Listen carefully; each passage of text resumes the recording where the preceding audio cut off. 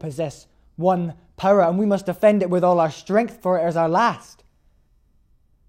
The power to refuse our consent. So we must surely wash our faces in dirty water, without soap, dry ourselves in our jackets. We must polish our shoes, not because regulation states it, but for dignity and propriety.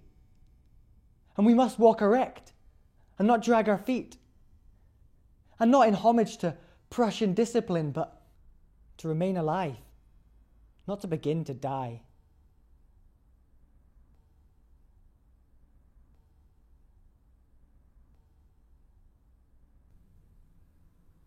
Some nights, I'm so hungry I can't sleep.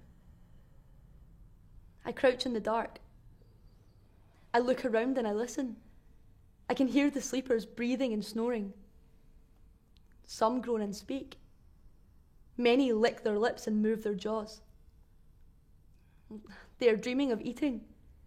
This is a collective dream. You not only see the food, but you feel it in your hands, distinct and concrete. You're aware of its rich and striking smell.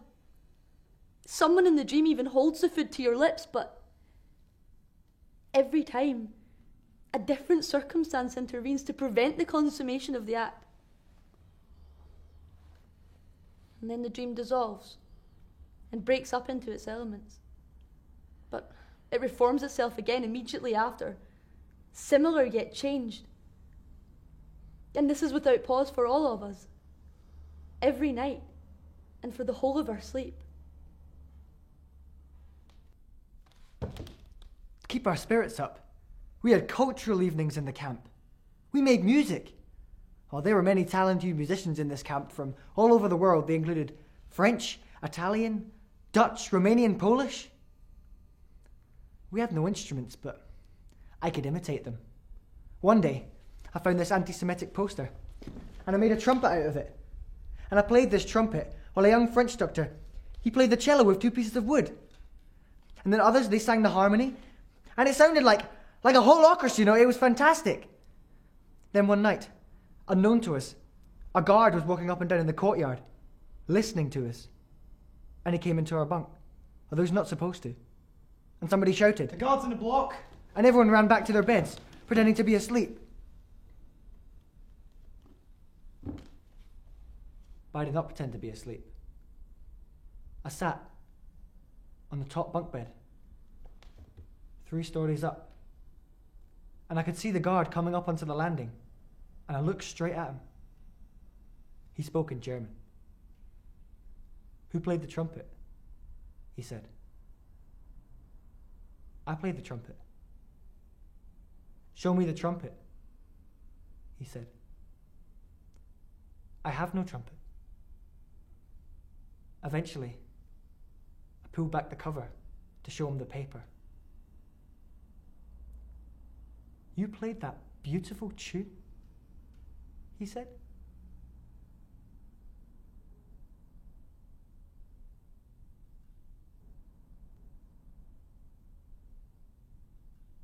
It was dawn. Most of the prisoners in the camp were still asleep. A senior SS officer turned up with several young SS officers. They propped us against the crematorium wall. For a few minutes, there was a tense silence. Then the sounds of trucks approaching. They stopped and their engines were switched off. The gates opened and a procession of men, women and children entered the yard. The guards had to wait for the very last person until they could close the gates. A small man with one leg, limping on crutches. The guards were behaving oddly. No goading, no shouting. They acted amiably, like traffic policemen. The poor wretches were heading to their death and they didn't even know it. What could we have done? Did we have the right to risk our chances at survival for another day? I mean, what was more important? A few hundred people whose death was inevitable, or a handful of survivors who might bear witness against their murderers? All at once the crowd fell silent. They all looked up towards the flat roof of the crematorium. There stood the senior SS officer with two underlings at either side. He addressed the frightened people, stating that they were there to work just as our soldiers on the front are working, claiming that anybody who is able to work will be all right. The people were enthralled by his words. He then said they must get undressed for disinfecting. "We must make sure you are all healthy," he said, promising that whoever did so the quickest got a hot bowl of soup after disinfecting. This changed the faces of the people, suddenly turning uplifted and even showing a glimmer of hope. "Hurry now, or your soup will get cold," smirked the officer.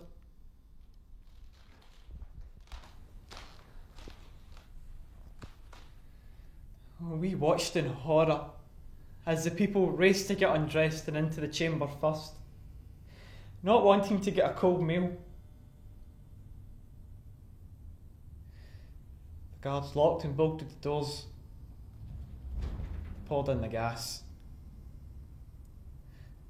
Noises that were coming from inside.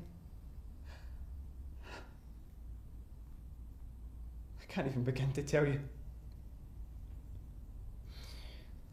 The officers were laughing, cracking macabre jokes like, "The water must be very hot if they are screaming so loudly." Laughing. They jumped down from the roof and the senior officer said to his underlings, "You see, that's how you do it." Laughing. As the people inside screamed their last screams.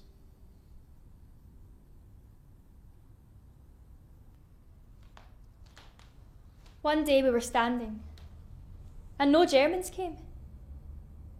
Then we realised that all the Germans had gone. A couple of days or so later, the Allies came. I could see the tanks rolling down. It looked like a main road. But I was just so weak and tired I could hardly go to greet them. Most of us were just too weak and tired. I was just happy that I could lie down and sleep.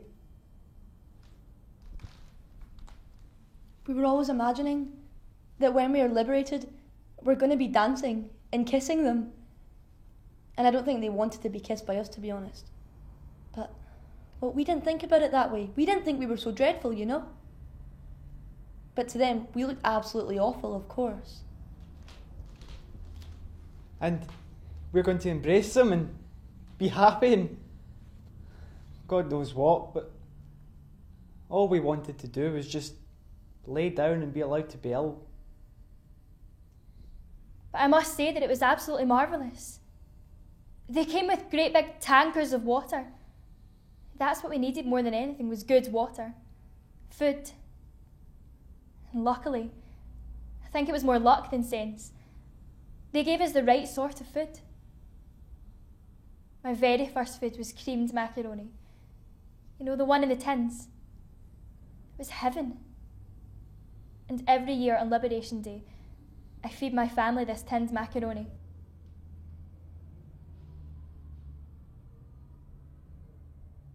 First I came for the communists, and I did not speak out because I was not a communist.